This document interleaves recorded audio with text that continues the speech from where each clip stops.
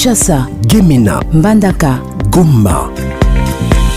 iWeb, l'actualité objective pour vous et avec vous en toute impartialité. Top 15, votre instant quotidien d'actualité. iWeb. À vous la parole. Top 15 reçoit le député national Délice Sanga, président du parti politique Envol. Bonjour Délice Sanga Ipungu. Bonjour. Vous avez soutenu en 2018 la candidature du président Tshisekedi, des ans après. Comment vous appréciez son action? J'ai soutenu la candidature du président Tshisekedi pour deux raisons.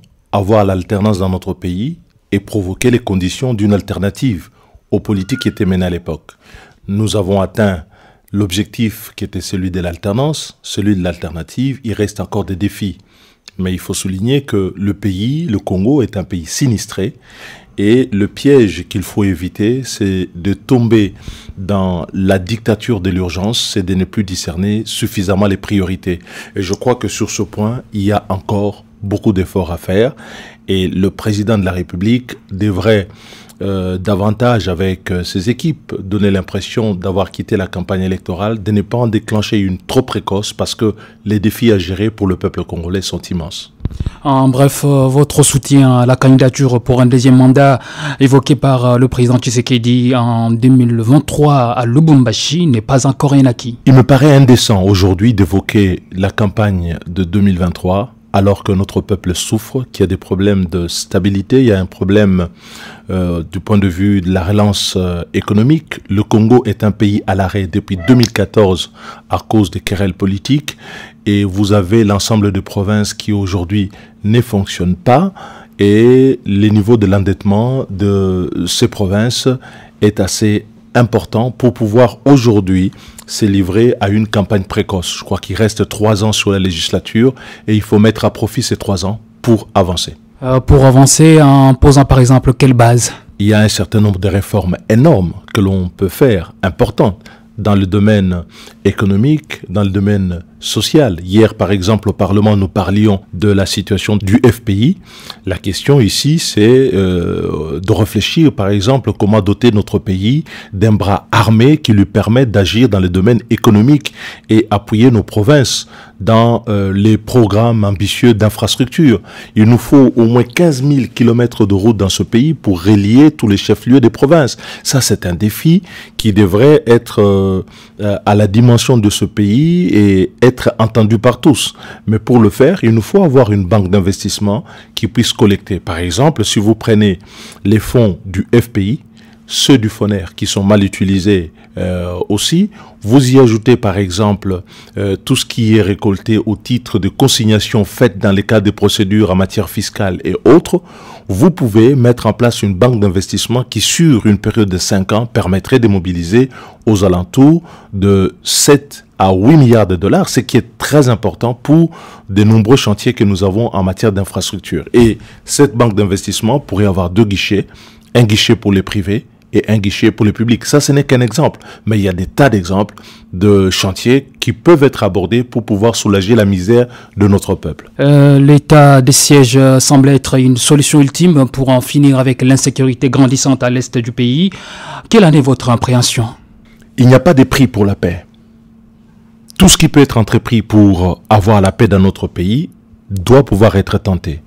Mais en même temps que l'on tente aujourd'hui l'expérience de l'état de siège, il me semble qu'il soit important de tirer les leçons de l'inefficacité de ce qu'ont été les 8 secteurs opérationnels qui ont fonctionné dans le cadre de la zone de défense 3 et qui n'ont pas permis de rétablir la paix dans cette région. Et en même temps, prendre parti des meilleurs exemples que nous avons eus des opérations de maintien ou de rétablissement de la paix dans cette région. Je pense ici à l'opération Artemis qui a été menée avec succès avec l'appui de la France, notamment dans l'Ituri. Je pense également à l'opération de la brigade intégrée au niveau régional pour pouvoir avancer. Je me pose toujours la question si il n'y a pas lieu de tirer un avantage certain d'une des opérations qui seraient combinées avec un mandat offensif dans le cadre d'une brigade intégrée agissant autour de la MONUSCO avec nos FARDC ensemble pour pouvoir mettre fin à cette situation, rétablir la paix, rétablir la sécurité de nos concitoyens et en même temps inscrire cela dans une perspective durable de stabilisation de la région. Donc, c'est tous ces aspects qui doivent pouvoir intégrer l'approche en matière de paix dans la région. À peu près à combien de temps est-ce que ce mandat ici va-t-il lui permettre d'arriver à résoudre cette question? Les gens peuvent se tromper. Un dirigeant a également le droit de se tromper. C'est une prise de risque dans les décisions. Mais en revanche, je pense que ce serait exagéré de faire le procès au président de la République en disant qu'il manque de volonté politique pour rétablir la paix dans la région. Ce que nous espérons tous les Congolais en soutenant nos FARDC, c'est que les mesures qui sont prises soient mieux encadrées. Et quand j'ai suivi les propos tenus par les généraux qui ont été nommés gouverneurs militaires des différentes de ces deux provinces, c'est-à-dire l'Ituri et le Nord Kivu, vous avez bien vu que ils ont demandé et ils ont parlé dans le sens à renforcer la discipline au sein de l'armée, c'est-à-dire que l'armée en elle-même a quelques problèmes qu'il faut résoudre et il faut de la fermeté, de l'autorité pour que cette armée puisse donner la pleine mesure de son efficacité et en même temps que cette armée attend du peuple congolais et de l'ensemble des institutions tout l'appui nécessaire. Je dirais même à la fin que c'est dont on doit guérir dans ce pays, que ce soit sur le plan économique ou le plan de la sécurité, c'est que nous considérons que nous n'avons pas suffisamment de ressources en interne et que ce qui est gagné en interne, c'est de l'argent de poche pour les dirigeants. Tant que nous n'avons pas guéri de cette maladie, il sera difficile de pouvoir allouer de manière efficiente les ressources aux besoins qui se posent au pays. Vous avez dit dans l'un de vos tweets récents que le bureau Mbosso-Kodia n'est pas proactif. Vous concluez qu'il y a risque de glissement. Pourriez-vous expliciter votre pensée? Le risque de glissement, je ne peux pas aujourd'hui l'exclure totalement parce que, vous savez, la première loi en matière de démocratie, c'est le temps. Il y a une horloge pour la démocratie, pour les institutions, et cette horloge s'impose à tous, dirigeants, opposants, société civile, population et que sais-je encore. Et lorsque vous ne conciliez pas le rythme des réformes avec cette loi suprême en matière de la démocratie, vous êtes à côté de la plaque. Donc ce qu'il nous faut, c'est que les réformes en matière électorale, ce qui devait être fait aujourd'hui, c'est la loi sur la CENI. Sur les 20 jours maintenant, 20 quelques jours qui vont nous rester, finaliser cette loi au niveau de l'Assemblée nationale, l'envoyer au Sénat pour une seconde lecture, avoir la commission paritaire, l'envoyer à la Cour constitutionnelle pour un avis de conformité et enfin la soumettre à la promulgation par le président de la République, le temps qui nous reste est quand même assez ténu. Or, si nous n'avons pas la CENI à la fin de cette session, eh bien, il faut penser que la discussion sur le processus électoral peut entraîner en effet un décalage. Dans le cadre du G13, nous avions proposé un calendrier qui devait arrimer toutes les réformes pour faire en sorte qu'en 2023, nous puissions avoir des élections. Je continue de penser qu'il est encore possible d'agir. L'inspection générale des finances semble devenir un cauchemar pour les anciens dignitaires du Front commun pour le Congo. Avez-vous l'impression que son travail est objectif et impartial? Dans un pays où le contrôle a été aboli, où l'impunité a été érigée en règle, comprenez-vous pourquoi l'IGF est déjà sous le dossier Bukanga-Lonzo de 2014 sans avoir vidé les questions de rétrocommission de 2019 et celle des 400 millions utilisés dans le cadre du programme des 100 jours du chef de l'État Félix Tshisekedi Tshilombo? Dès lors qu'il y a le contrôle, cela bouleverse les habitudes et bouleverse les conforts dans lesquels tous les malfrats de la République s'étaient retranchés.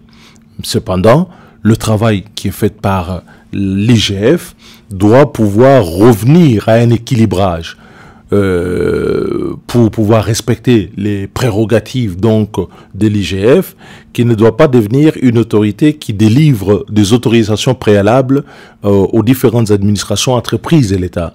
L'IGF doit être là pour contrôler et contrôler au service de l'État et faire son travail dans le cadre de la loi.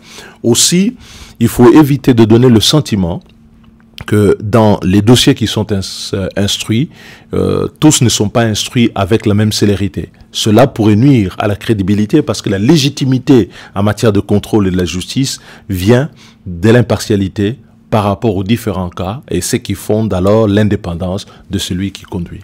Il faudrait bien le comprendre, on ne peut pas tout faire en une fois, mais on peut faire un peu de tout pour pouvoir justement enraciner cette crédibilité et que ça n'apparaisse pas un moment que tout en faisant justice, on fait œuvre de règlement de compte. Je ne voudrais pas glisser là-dessus, mais je voudrais simplement interpeller l'IGF à ce qu'elle puisse réserver le même traitement à tous les dossiers dont elle est saisie et que la chaîne pénale au niveau judiciaire puisse se saisir également de tous ces dossiers sans distinction d'appartenance politique ou de niveau de responsabilité dans notre pays.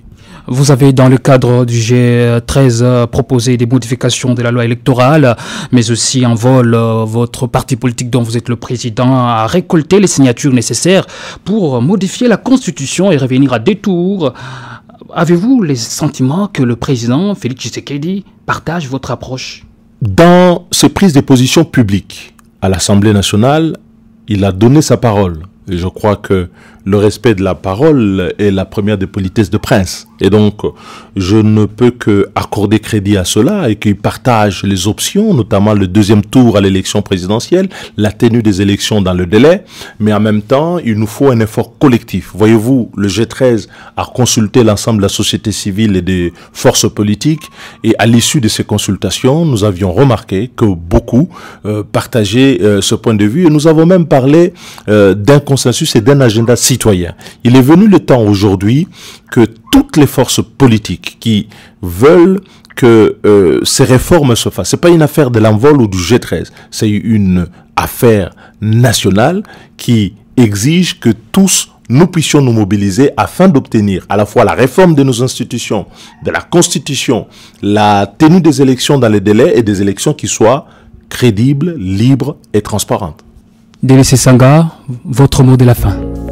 D'abord vous remercier, dire que le pays est dans son histoire à un croisement.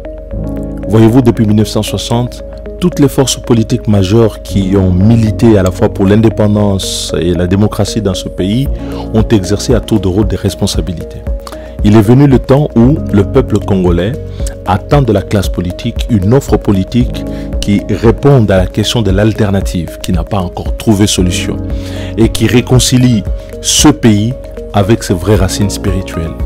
Et à cette tâche-là, nous allons être attelés, avec d'autres, dans le but de pouvoir à la fois rassembler et donner des perspectives nouvelles. Et je crois que ce pays le mérite et en a grandement besoin. Merci Délaissé Sanga de votre disponibilité que vous avez accordée à ces magazines Top 15. Je vous remercie et à très bientôt. Merci pour votre aimable attention. À très bientôt pour un prochain numéro de Top 15. iWeb.